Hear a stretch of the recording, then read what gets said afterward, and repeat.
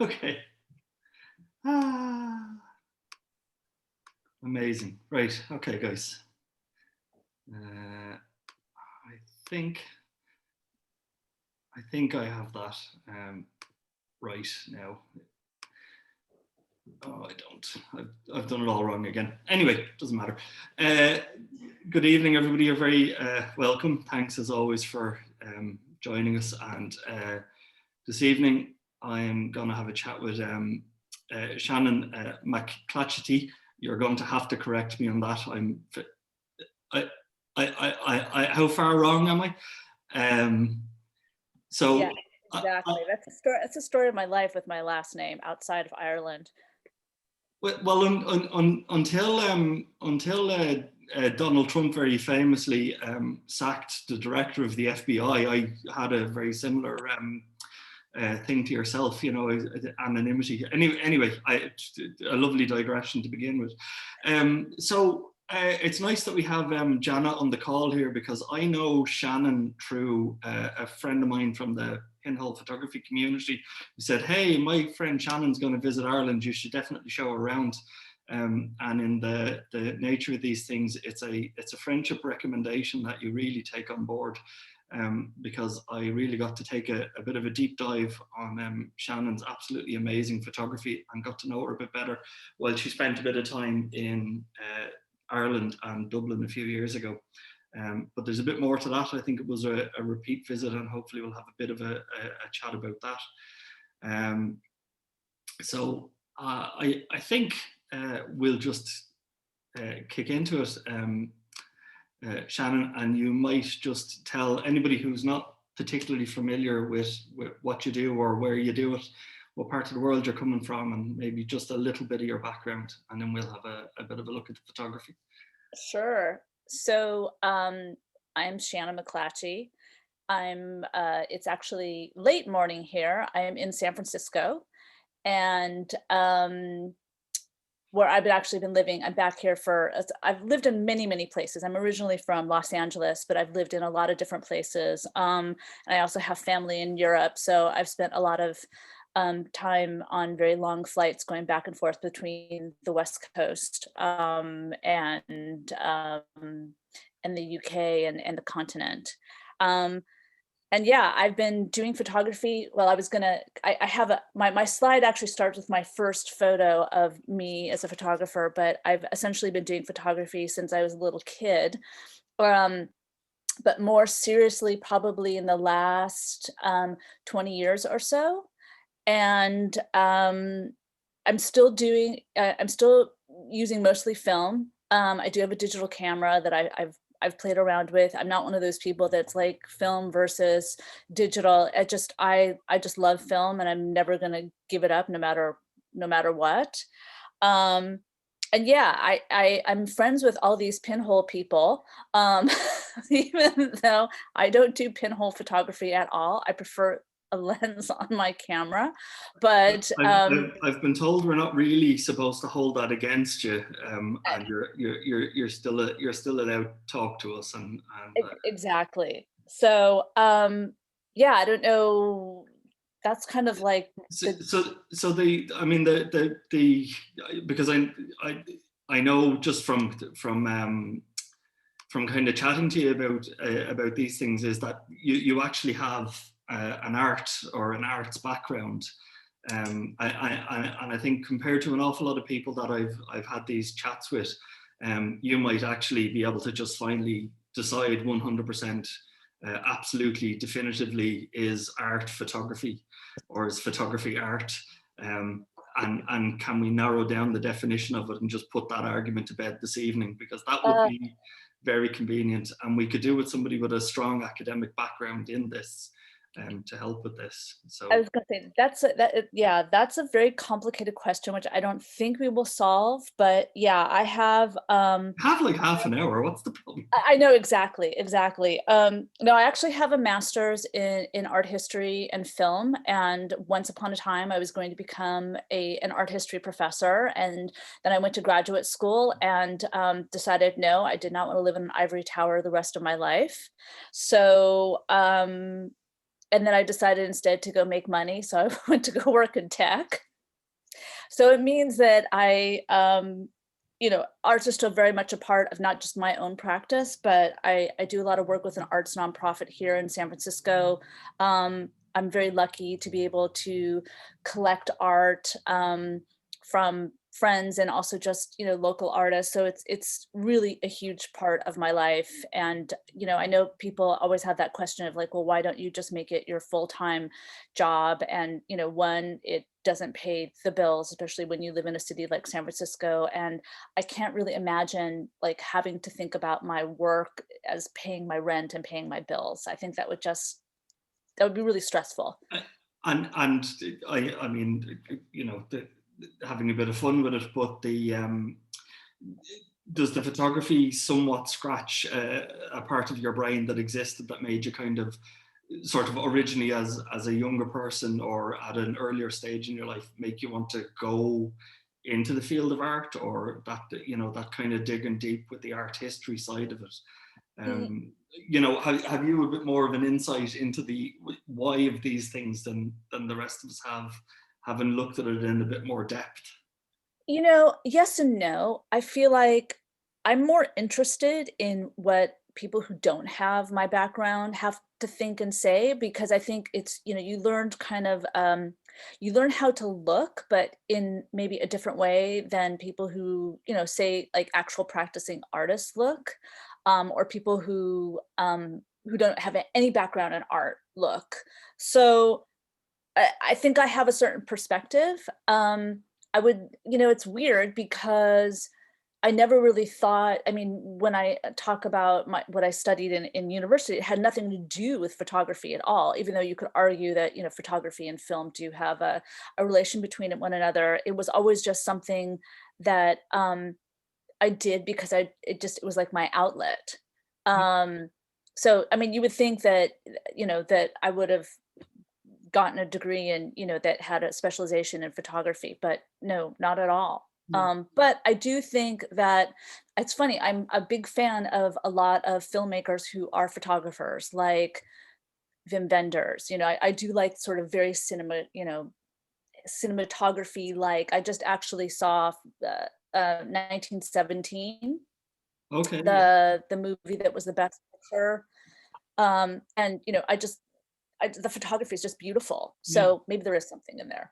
And I think that's kind of from knowing some of your photography, which this might be a good way to segue into it. But you would see that the kind of the filmic, as in not film, but the cinematic aspect of a lot of your photographic work. And I think that I'm starting to see where maybe some of that your background is coming through in that. So maybe if you're lined up there, you might kind of share a couple bits of your work and. Sure. I will share my screen. Yeah, and that's interesting because like, it's like many people, I'm often hesitant to like talk about my work. So a lot of times when I hear other people talking about it, all of a sudden it just sort of comes into my head and I think, oh wait, yeah, you have a point there. Yeah. That I hadn't thought about. So I'm starting off with a funny photograph, which if you follow me on Instagram, you've probably have seen before. So the reason why I put this photograph is because it was on this trip when I was 8 years old, when we were living in Europe, that I got my first camera. Obviously, I didn't take this photograph, which is funny because the person who's the least photographer in my family, my mom, took this photograph, and yet she did a fabulous job because it's a great photo. But in case you wanted to know, what Dublin looked like way back when, there you go. Yeah, I mean, believe it or not, it hasn't really, and more people perhaps, and the people are dressed differently, but that's cyclical, because I'm fairly certain I have a jacket like that. But certainly that building in the background is still there, and has only kind of in fairly recent years been surpassed by something taller, but not even where that is. You have to go a bit further in. So still all very, like it's certainly a Dublin I'm still familiar with, despite the years between it being taken. Exactly. And to which years later, when I went to Ireland, as an adult, which is where I'm going to start here, you know, my father, when I mentioned that I was in Dublin, I think it was 2002, and I was with some friends in Temple Bar, my father said to me, Temple Bar, isn't that like a total slum? You know, his perception of Dublin was, you know, from a very different Dublin than, you know, in 2002 with the Celtic Tiger, but I could tell you all about that. So in 2001, the reason why I'm starting there is because I had not done photography for about 10 years, and I was moving back to the East Coast, and I really felt like I wanted to jump back in. So I decided to do a workshop in the west of Ireland. And I totally freaked out about a month before, well, for two reasons. One is because 9/11 happened, and I was living about 10 minutes from the Pentagon near Okay. Washington, D.C. And the other freak out is that I thought, where am I going? I'm going like to the middle of nowhere in Ireland. Like, what was I thinking? Um, and yet I landed, you know, in my airport in Shannon and ended up in Westport. And this is actually a trip that completely changed my life, because after this, um, photography just became a huge part. Yeah. You know, working in a dark room, you know, developing my film, um, figuring out my voice as a photographer, my vision as a photographer. And so for that, you know, and I've been obviously back to Ireland, both in the West and to other parts since. And so Ireland's a very kind of important place for me in terms of photography. Yeah. Um, And was it just that something about the west of Ireland, or a workshop or whatever caught your eye at the time that drew you there? Like, could it have been anywhere? Or you know, it's because I interesting. know from chatting to you, the family connections are actually kind of Scotland sort of direction, as opposed to, Yeah, well, they're that way as yeah, opposed to that way. yeah, Um, you know, it's interesting. I think it was because, yeah, I did want to kind of reconnect with my Irish roots in a way. Yeah, and I'm not really even sure, quite honestly, why I chose West of Ireland. It just sort of spoke to me. But once I got there, there's a lot for people who've been there and who haven't. You know, it to me, it's a very haunted kind of place. It's a very moody, weather, history. Um, it's there's just a darkness. There's the lazy beds. You know, there's just this there's a lot of ghosts in the West. yeah. Um, and I just loved that. And also on this trip, was the first time I actually ever did night photography. Um, and so that also adds to that kind of like haunted, dark, mysterious, ghostly feeling of, you know, being out doing photography at night. And this photo, actually, I ended up years ago, I don't know if anyone remembers, there was a at the photo place in Dublin had a show where they basically, I was in Dublin in 2002, and they had was it 2003, I can't remember, but a curator basically asked visitors who had gone to Ireland to submit photos of It was their. in the Gallery of Photography. Thank you. I was like blocking on the name. Yeah. So this photo was actually in that show. Yeah. So um so I'm trying to think. So yes, Ireland kind of was the beginning of it. And then I've also done a lot of work in Paris. And so this is where kind of became the start of this long time project that I've been working on, which is, I have to give credit to my friend Eric. He's the one who, and I'm sure everyone who is an artist will understand, like you can't come up with a lot of this stuff, you know, on your own. You really need friends to help you edit. Um, edit your artist statements. And so my friend Eric was the one who looked at my work and said, this is about presence and absence. And it's that idea of um, essentially like vacated space. So even in, you know, the walk, you know, the path in Western Ireland, there's this kind of feeling that um, you know, because of the light or the situation or the weather, that something might have happened. Like, you know, someone was there, but you don't know what happened. Yeah. So there's almost this kind of tension. You want to know what the rest of the story was. And so this is kind of, this also became part of the work that I ended up, or this, I guess this theme you could say, that became part of my work that ended up extending beyond Ireland. So I don't know if you should want me to just kind of go through the images. Yeah, I mean, whatever pace suits you, but I mean, I love the idea of this, and it's kind of to go back to what you said a couple of minutes ago about maybe the west of Ireland being plagued with ghosts and that kind of thing, and this was your presence and absence stuff. When I was kind of looking back through it ahead of our chat here, it was this thing of this works well with the people in it, or very much so without the people, but there's not a thing where, like, this isn't an empty abandoned cafe somewhere. It isn't that the people not being there, that there's some tremendous sadness around it, or like the scene there you had in France.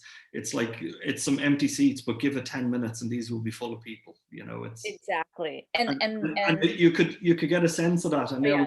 what you're saying about exactly like this kind of thing, you know, are they gone 5 minutes, or are they gone 5 years, you know? Yeah, and what happened there? Was it, you know, two lovers having a fight? Was it two friends meeting up for coffee? You know, there's this kind of there is a kind of anxiety that gets provoked when you kind of jump into the narrative of like what happened there. And I'm glad that you appreciate it, because there's two questions that I always get when I'm showing my work.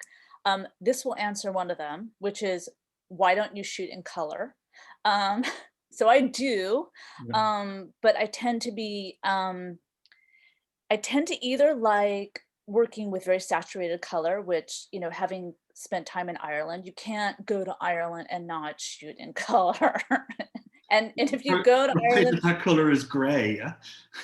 no, but I mean, you really, you have to bring like, you know, ectochrome. You got to bring like, you need the green. There's just green. No one understands how green it really is. It's a country that was invented for the Instagram filter. Exactly. So this is actually, obviously it's France, but I did want to show that, yes, I I do. do love the light in that. That's fantastic. Well, thank you. But you know, and you can kind of think about the theme as I'm showing this work, because it all kind of relates to it. This is another one. I don't know why this is so small, but this is another night photography. Obviously, when I lived in a place where it snowed and there was ice. Once again, using, I think this was Velvia. I actually looked it up and I was like, oh my God, because you know, Velvia doesn't really exist anymore. But yes, so I mostly shoot black and white because I just love black and white, but occasionally I will pull out color. And Jana knows this too. Like, I'm also a huge fan of Portraiture, like the kind of muted colors. I don't like normal colors. I don't know what that says about me, but But maybe going back to the love of films and things like that, that it's kind of how your eye is seeing these things anyway, you know. It's would there be an element of kind of pre-visualizing it, or is it shoot it and deal with it later, or? well, I mean, I think, yeah, I mean, I'm attracted by, I guess, you know, if you look at something like this, if you had shot it in black and white, it wouldn't have been as so interesting. I think what was interesting about it is kind of the weird light that you got on a cold winter night on a canal in Washington, D.C. I think that's what really attracted. And yeah, normally I find these places ahead of time. So I'm kind of planning ahead. because, oh, that helps. Um, because obviously, you know, I don't really want to go out when it's below freezing, unless I really want to, unless there's a reason for it. Um, It's so beautiful. this is another photography workshop that I did, that also, believe it or not, this is actually early morning as opposed to at night. This was also in Venice, where there's a lot of ghosts there too. Yeah. So that kind of lended itself to kind of mystery, and a little, oh, that's not Venice. This is a photo I did. This is, you know, kind of, once again, I love that time, like right after rain. I mean, I think this is why it's kind of funny to think that I grew up in California, and everyone sort of thinks it's really strange that I like weather, but I really love weather. So, you know, places like Seattle where I used to live, and, you know, and Ireland and England, where you have like this wonderful showery weather and you come out and then you've just got this wonderful atmosphere and light. Um, yeah, I, love it. I think it might be the finest tradition of be careful what you wish for there. Uh, you know, it's a well, I don't know. I suppose we're very lucky, and I've had enough friends come and visit from other places that seem to still be genuinely amused by the literal 4 seasons in one day that we can treat them to at the height of our summer. So you know, yeah, I can see the appeal. But when you were showing me the one a minute ago of the frozen canal, and again the rain and things like that, I Yeah. think it's just that thing of it's the different, and it's, you know, certainly frozen stuff here appeals to me because we, you know, it's just temperate. It's never too hot, it's never too cold. It's, you know, some would say it's an ideal climate, the rest of us would just say, oh god, you know, when will the whatever this is end and start with something else for a few days. But it's that thing of like, you know, personally I will go out every now and again. You look for sort of, it's a running joke here among the communities, like, yeah, you'll get plenty of puddle shots today and this kind of thing, and it's, you know, it's so easy to get them, that you kind of give up trying, and then sort of somebody turns the camera on and I get to look at your wonderful work and kind of go, god, yeah, I really should, I should give that a bit more of a go, you know. So, yeah. You got the puddles. It's the puddles and also just the light. But you know, I will admit that when I lived on the East Coast, anytime I knew it was going to go below zero, or I should say below freezing, I was running out with my layers of clothing and my tripod and my, you know, read up on how to make sure my lenses and everything. And people thought I was absolutely nuts. But Yeah. now that I live in a place where it never happens, you know, I don't know if I should be happy or not. But yeah, I guess if I really wanted to, you know, do more Well, photos of snow, I could just go up to Seattle right now, actually. well, Well, for a variety of reasons we're not going to get into, people in Ireland here at the moment have been spending a bit more time at home than they usually do. And we had a sprinkling of snow last week, and all of my photo buddies, it was like, this was the greatest thing that's ever happened. And it's snow, snow, snow. And it's 2 or 3 days of that. And it's, yeah, it's okay. Let's go back to a bit of rain now in the clear street, you know. So. Exactly, exactly. I'm trying to And we've remember. done that terrible thing of turning this into a weather forecast. Okay, we're not going. Which, We won't talk about weather. Uh, the other thing is when I know a lot of my photos are of places that I do not live or that I have traveled to, and it's interesting because I have a very hard time with photographing my hometown, which I think, I don't know what it is about Los Angeles. It's just not, I mean, it's just not a very pretty place. But this is one of my photographs that I actually did take in Los Angeles. So yeah, this was, I was kind of driving around one day and I saw this place. And so I do have some photos of LA, but I find it a very difficult city to photograph in for some reason. So that's a whole psychological thing we won't get into now. But again, I think that kind of goes back to the familiar side of it. You know, it's you know, people come here and go nuts to take photos of Dublin and bits of Ireland, and they kind of go, why? But it's, you know, it's just, it's different. I think when it's so familiar, and maybe that's just a practice or kind of an artistic mindset where you kind of go, no, look, within 1 kilometer of within 1 kilometer of my house, I'm going to see what interesting things I can find. And I guarantee you, if you put your mind to it, you'd find amazing stuff. But it's just like, no, this is the route I take to go to the coffee shop. There's nothing in this, you know? Yeah. So I think that actually, oh, this is one more of Ireland. I think that changed for me when I was in Seattle for some reason. And part of the reason is because this camera, which I know we don't really want to talk about equipment. No, I was about to say, and if anybody had Hulga on their bingo cards, now's the time to take that one off. When I got a Hulga, and actually this is in Ireland, in case you know, Irish cows are the nicest cows in the world, by the way. But yeah, the Hulga kind of changed my life, even though my father refers to it as a piece of crap camera. You know, it allows me to have medium format. I know it's very frustrating for a lot of people, but I've been extremely lucky with getting some beautiful shots, and it is kind of what changed my life. Well, this is actually when I lived in Oakland.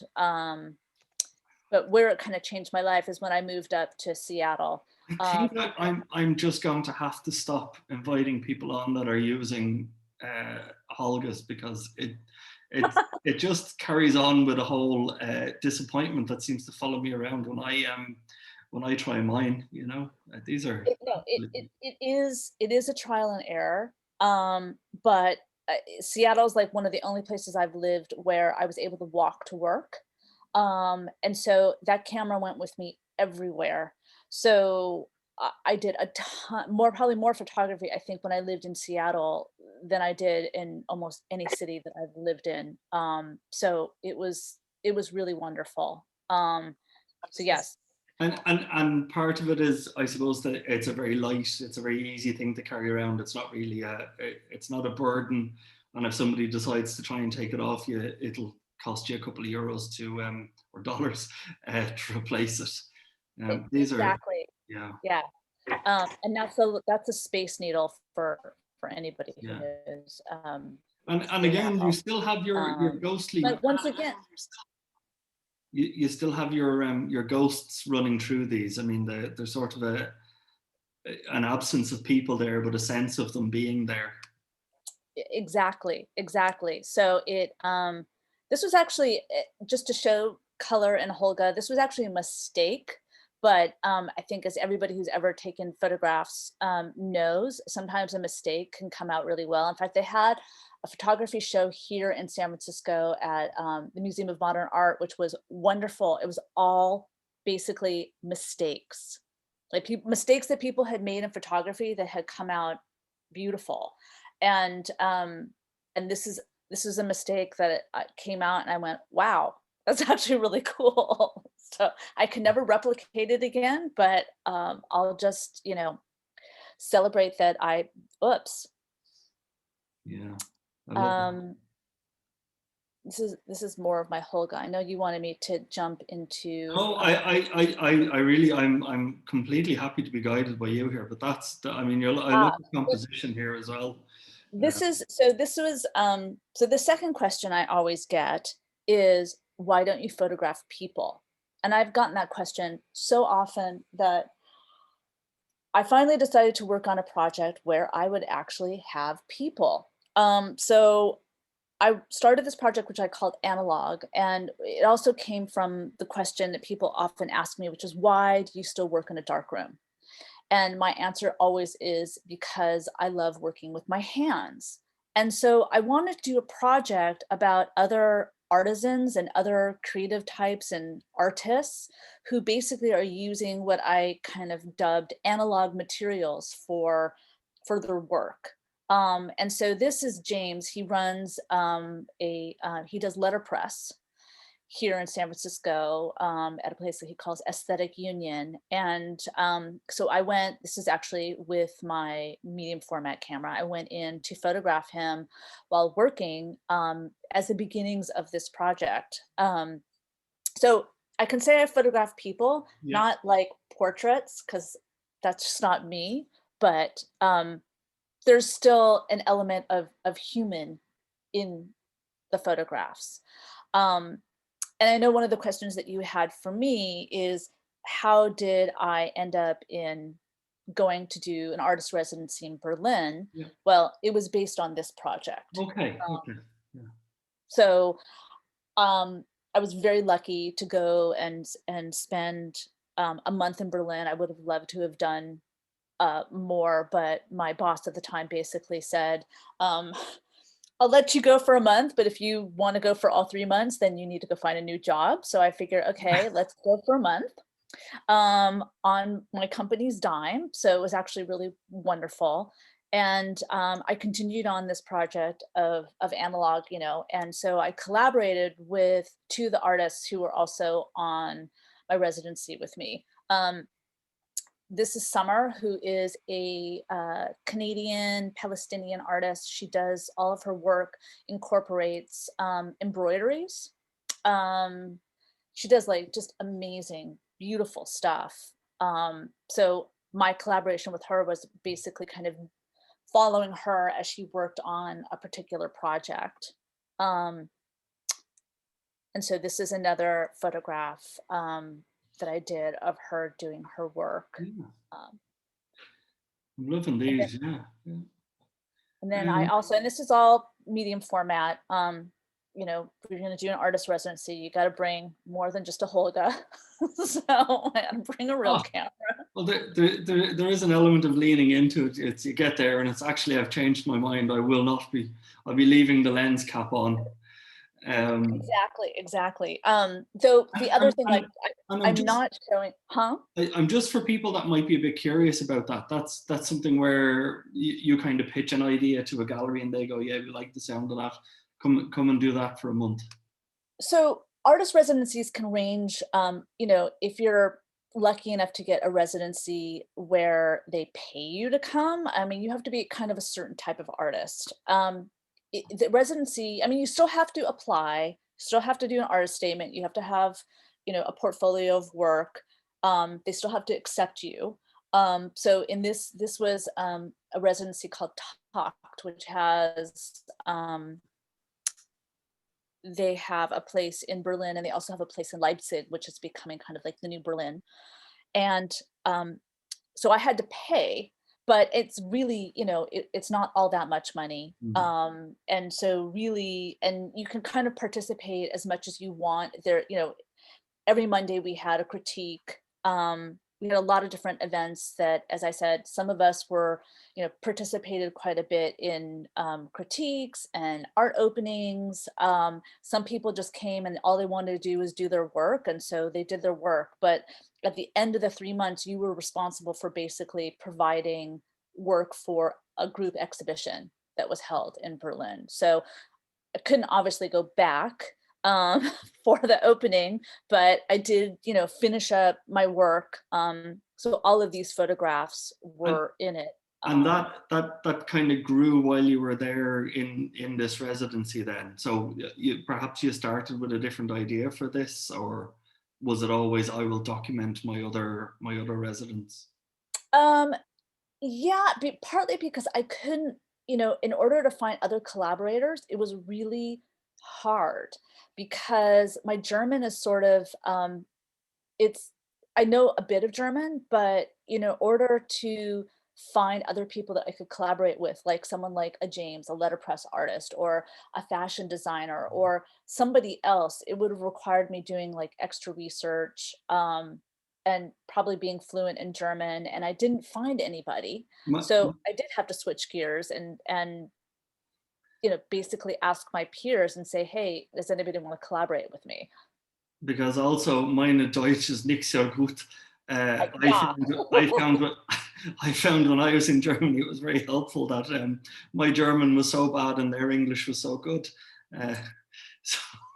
Exactly, exactly. And, and Berlin's a very different kind of place. It's not, Berliners are a very different kind of German. So it did mean having to switch gears, but I do think I was really happy with what came out of it. And I will also say, I didn't talk about, but I also do a lot of Polaroid. So, and I don't have any here, but part of my other project that I was working on while I was in Berlin was doing Polaroids as well. So I think you were shooting a bit of that when you were here. exactly. But none of the Polaroids were in the exhibition. So the stuff that I'm showing you from Berlin was all of the stuff that ended up in the group show. The Polaroids were just sort of a side project that I still don't know what I'm going to do with, but they're there. And this is Josie, who is actually American, who's a performance artist, who ended up actually getting an artist visa. So she actually stayed in Berlin for 2 years, and she just moved back to Portland, I think sometime last year. So she really she went there, did a residency, and decided to stay for a while. That's I mean, I know you're saying you don't do portraits, but that's a really beautiful portrait. Thank you.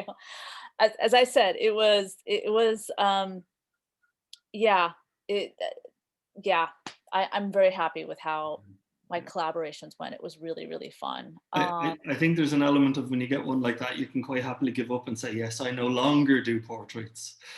Yeah, Yeah. yeah, exactly. And I think the last one is I wanted to end it with, if I am going to do portraits, it's going to be something like this, Yeah. which was another kind of accident of me. This is my, well, I keep on referring to him as my little cousin Axel, except that he's no longer little. He's now, I think, like 12. But he's my cousin in France. And once again, I just, children are great in terms of turning around, here's my camera, photographing them, boom. And so, yes, I mean, I like this really appeals to me. This is, I really love this. But I'm wondering, because I'd suffer a bit with this as well, because I am a fan of the blurry picture. Okay, it's a side effect of working a lot with lensless, but even when I take portraits, like the fact that something isn't sharp would never trouble me. So the idea of actually selecting this for a gallery exhibition, that type of thing, it just appeals to me so much. It really just throws out the idea that you need to be able to see the pupils in somebody's eye, or the catch lights for this to be a beautiful portrait. yeah, yeah. And, it doesn't matter. I mean, I don't think he was crying. I think he was probably just laughing. But so I would have to say, in terms of portraiture, this is probably my most successful, like full straight on portraiture. And because I don't have to do this ever again. Yeah. I can continue to take photos of situations that don't have people anymore. Yeah, fantastic. I love it. Yeah, really do. So, yeah, I just got through it. Yeah, no, I was going to say you've absolutely nailed this timing here, because I think we have a few people want to ask some questions. So if you're happy to take them. Yeah, absolutely. Should I stop sharing my screen? Yeah, if that suits you, and then if we do a gallery view here, you might see the people that are perhaps asking. So thank you. I mean, I love that. I always love the opportunity to kind of dig a bit deeper on what people do and why they do it. It's great. Has anybody got a couple of questions there? You're very welcome to unmute yourself and chip in if it suits you. I have a question. So you, in that one of those first photos you showed, you talked about your friends talking about the project that you were kind of working on about, I'm sorry, I got to fix my computer. There's like a big picture of me talking on here, so it's like very distracting. Okay, so I have a poster of you on the wall behind my computer, Monica. No, I don't alarm. I like anyway, so how did you come up with, basically my question is, how did you come up with your project idea? Was it a matter of you shooting photos and your friend kind of looking at them and saying, hey, I see this pattern here? Or did you go about like doing it? And I mean, how did that work? How did that come about? Because I have a problem with I don't come up with project ideas. Like I just don't have that. I don't know why, but I like the idea of somebody looking at your work and that's not you and kind of seeing a pattern. And so anyway, that's my question. Yeah, I mean, the analog I kind of came up on my own. But yeah, the absence and presence was really just, I think I just, I know that one of the ideas is you're supposed to be able to look at your work and see what the patterns are, but I think you're often just too close to it. And my friend Eric, who actually now lives in London, has always been a wonderful supporter of my work. And I just needed kind of like someone else who had a good eye, who I trusted, who I knew would be honest with me, to look at my work. And I don't even know how the conversation even came up, but it was just one of those things where he just looked at my work and he said, oh, presence and absence. And I was like, what? And then when the time came, I was lucky, I'm very grateful that I had an opportunity to show my work in Seattle. And so then I had to actually come up with an artist statement, with, once again, I think it's really hard to do that on your own. You definitely have to have, if not just like editing help, but someone else who can kind of, I've been very lucky to have great friends and collaborators. I had an artist friend who is not a photographer at all, as a painter, who basically helped me put together my portfolio to submit for this show. So yeah, having another set of eyes, whether it's someone, and as I said, it doesn't even have to be someone who's, all the people who've actually been my kind of collaborators are not even photographers. They're either just, yeah. I'm kind of, and I suppose we touched on it a little bit at the start, but it maybe lost ever so slightly in the preamble. But the idea of the artist statement, or the kind of thinking more deeply about what you're doing, did you find that the idea of actually writing this statement, was it a chore because it became something you had to do, or did you find that it shone a bit of a light on what you were doing, or helped you kind of understand more what you were doing? Because I've occasionally tried to write these. Now I write, I write professionally reports for work all the time, which are a completely different thing. But the idea of writing it about the artistry or the photography side of it, it just, it's like, if anybody actually thought these thoughts were in your head and this is how you feel about something, they'd be trying to lock you up. And there'd be nothing weird in it, but it's, the idea that I'm taking pictures of people that aren't there. Yeah. But I think, I think one of the things points that you had said, it does kind of help you sort of focus in on, or at least, I wouldn't say focus in, but help you understand what it is that you're what are you photographing, why it is that you photograph what you photograph. Because I think, when people ask me like, how do I become a better photographer, I think, I just say, take more photographs, because the more that you kind of can look at your work and go, wow, I'm really attracted to like moody, haunted, we like, there's something there. But then trying to actually like kind of put it in a compact statement, whether you're doing it to submit work for a show or for residency, I think it just helps you kind of wrap your head around why it is that you do what you do, or photograph what you photograph.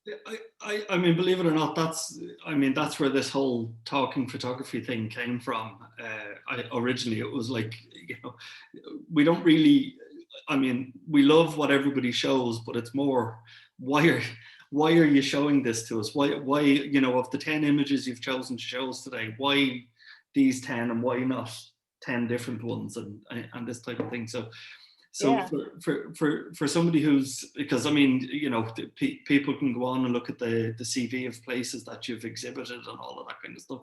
So you're obviously somebody who does this repeatedly and lovingly, and you know, there's an enthusiasm there. So you know, but you will have people say, yeah, but like that's a very blurry photo of a child, what's she doing hanging this in a gallery? And they're outraged by it. And you know, you see it with abstract expressionism and things like this, and people can't really get their head around why that's good or not good. And I think the most wonderful thing in the world is to see a blurry photograph and have it scratch your brain and kind of go, I really like that, but I don't know why, you know.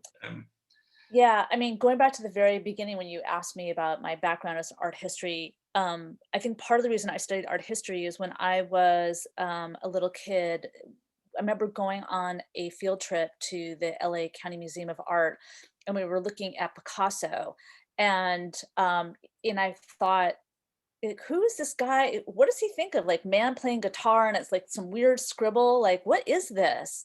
But then it got me interested because it was like, well, why does Picasso see someone playing guitar looking like a big scribble? I think that's kind of what started as my whole journey, you know, interest in art and creative expression, is because, and I think you've mentioned this on another talking about photography, you know, particularly if you go and do a photography workshop and everyone takes a photo of the same thing, it's all going to look different. Yeah. Even if it's Yeah. taking photographs of the same thing. Yeah. And I think that's what, everyone has their own way of seeing. Yeah. I completely agree. And I do, you know, you have people that kind of will occasionally rail against the idea of going out as you know, kind of groups of photographers, and it's like, well, we're all just going to keep shooting the same thing. It's like, no, we're not, you know. And you're you know, unless you really and truly are asking somebody to set up the camera for you and then just get you to push the button, it's going to be different, you know. It's everybody has a different set of eyes. Does that really just your Picasso thing there has reminded me. It's a really wonderful thing in that Fran Lebowitz documentary on Netflix at the moment. Oh. And she's talking about them applauding, I think it's a Picasso, whatever it is anyway, but applauding that it got $1.3 million at an auction, but they're not applauding the painting, they're applauding the price. Right. So somebody somewhere is missing the point of the art, you know. Anyway, any more questions there, guys? I'm feeling very tangential today. Yeah, I have a question. How you doing? Sorry, I raised my hand. Yeah, I saw that, Miriam. Go ahead. Can you hear me there? Oh, Yeah, fantastic perfect. presentation, Shannon. I have a question for you. I lived in Berlin. I lived in Germany, in various places, and I love the city. My question is about exhibitions. I don't know in the US, but in Ireland, the last exhibition took place, I think, at the beginning of March, and we haven't had any more exhibitions. I was checking your CV, and I see that apart from Berlin, you have all the wonderful exhibitions. Some of them you were a curator, some of them you were solo. I saw the one you have in San Francisco, in Seattle, and various places in Vancouver. Can you maybe tell us a bit about the whole idea of the exhibitions? Like, how do you start? Like, once you do one, they call you for the next one? Or I found it interesting because in Ireland, there are not so many galleries, and we have only like the Gallery of Photography and a few other couple of galleries. That means that there's not too many opportunities to exhibit. That means that probably in the US, or in the case of yourself, you come across other places. How do you do the marketing, or did they come to you, they approach you? How does it work to be exhibiting? And first of all, I would love to do some photography exhibitions in Ireland, but that's a whole other conversation. No, actually, in most cases, I just, you know, it's a call for entries for group shows. And so, I mean, I've probably submitted photos for, I mean, a lot of times it's a theme, you know, I mean, obviously if it's a theme, like it's haunted or night, obviously. So I'm just submitting to call for entries. You know, the solo show that I had in Seattle was, I actually, a friend of mine had shown her work there. And so she said, you know, maybe you should, you know, get in touch with them as well. And so, you know, I put together, you know, a list of photos and an artist statement. So it's really, yeah, no one's ever come to me. That would be really wonderful if someone like found my work online and said, hey, would you want to do, you know, a show of your work? And then the one show that actually I curated that Jana, I know she had to jump off, but Jana was in, was my just talking to a woman who owned a gallery in Seattle, and we were just sitting and talking, and I said, you know, I had this idea for a show, and I kind of just pitched it to her very unofficially, and she's like, yeah, let's do it here. And I was like, oh, okay, I actually have to do this.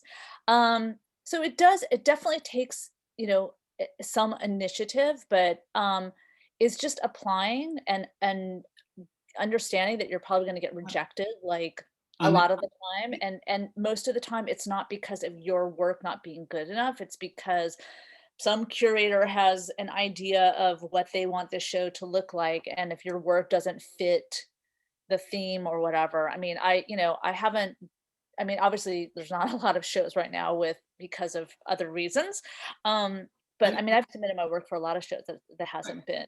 And Shannon, for that then, do you find that kind of pushes you to try new things, to kind of, you know, is there an aspect of actually applying for these things or putting yourself out there that it's helping you? I don't think, try harder is probably the wrong way of expressing it, but it's that thing of, if I put myself out there, I have to try harder with my work. I have to put together ideas and present them in a certain way that it's kind of gallery ready or exhibition ready, or. You know, I think it's really hard because I think any kind of art show and photography show is very subjective. And so I think it can be very disappointing. It can be very frustrating. Um, many times I mean, I went through a whole period where I was like, I'm not doing this anymore because it's just a waste of time and a waste of money. Because in many cases they want you, you know, to submit pay $30 or $35 or something to show your work. Um, it I think it's, I think with the advent of things like, online galleries, it's a little different, but no, I think I go through phases where I just get frustrated with the process and I just stop.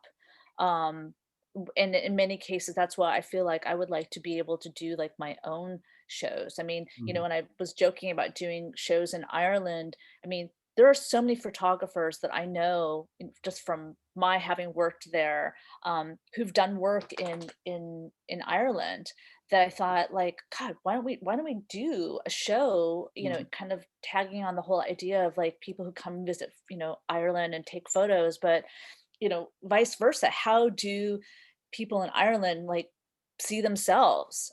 So yeah, I mean, I think there's gonna be, I think my prediction with all of this other stuff that's going on is that there's going to be a bit more of democratization in terms of how people are showing work. And like I'm working on a project here in San Francisco, there's a ton of empty storefronts, of how can we get more art into those storefronts, because it's just depressing. So I think you're going to find that there's a little bit more interesting ideas going on about how to show work outside of just four white walls. It's not unique to where you are, because we're finding, even at the risk of putting for something I'm going to put up publicly, disappearing down a bit of a ranty hole about this, but there's an awful lot of civic or civil spaces that would have been places where historically a small group for very little money could have put together a bit of an exhibition, and they're just disappearing. And Right. like even the building where we used to host the actual in real life version of this, we were encouraged. We used to get a room on a Saturday afternoon for €50, which was easily paid for by the people that happily attended it. And like spaces like that are just gone, and that's not even that long ago.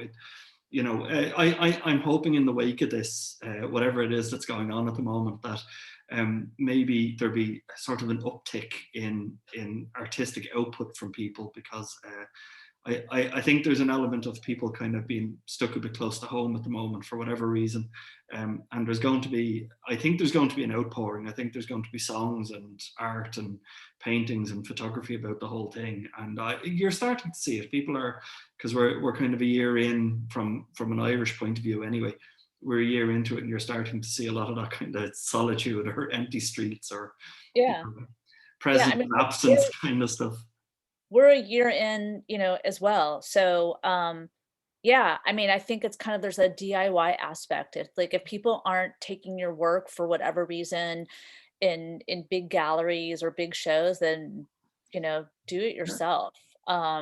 Because it does get discouraging. And, at the end of the day, I'm not doing photography, I'm doing it for myself. If I sell something, that's great, but that doesn't happen. I mean, I know we're out of time, but the best thing I actually have ever gotten as a photographer is a little girl. Actually, she wasn't a little girl. She was a teenager, sent me a fan letter. She had found some of my work about Ireland online, and that she found on my website. And this is when my other website had more Irish photography, and she'd actually sent me a fan letter. And she was about to actually start an arts, she was in the UK and she was about to start an arts degree. And so, that makes my day over any being accepted into any, gallery show, quite honestly. Yeah, no, and I love the idea of that. I'm trying to be very respectful of people's times. I've really loved that. Unless somebody has a question that's really burning, we'll draw it to a close. It was an absolute joy to see you again, Shannon. I know you couldn't have whiskey because it was a bit early in the day, but I know, it's so boring. So that's it, folks. Thanks everybody for joining us. Thank you so much again for sharing your wonderful work. I'm going to let you get on with the rest of your day, and I really appreciate you joining us so early. Best of luck, and take care, everybody. Maybe next month, maybe not. We'll see. Thank you, guys. Thanks, guys. I'll have that whiskey later. Thanks, everyone. Yeah, could do. Message me. Pancake. You can have a pancake. We're having a pancake Tuesday. Oh yes, pancake Tuesday. Yeah. Actually, my favorite Irish bar here, my friend, they're actually doing pancakes for dinner tonight. Oh, whiskey and pancakes sounds ideal. But you have to take it. You have to take it to go, because you can't actually eat at restaurants. So it's pancakes for dinner to go. Pancakes and cocktails for dinner to go. Nice. Sounds amazing. Yeah. What a wonderful future we live in.